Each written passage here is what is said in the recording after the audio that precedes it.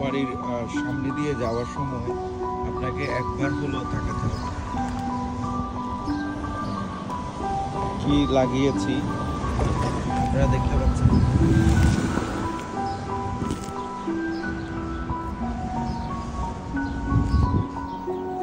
একবার হলেও আপনাকে তাকাতে হবে। গোলাপ আর গোলাপ আপনারা দেখতে পাচ্ছেন।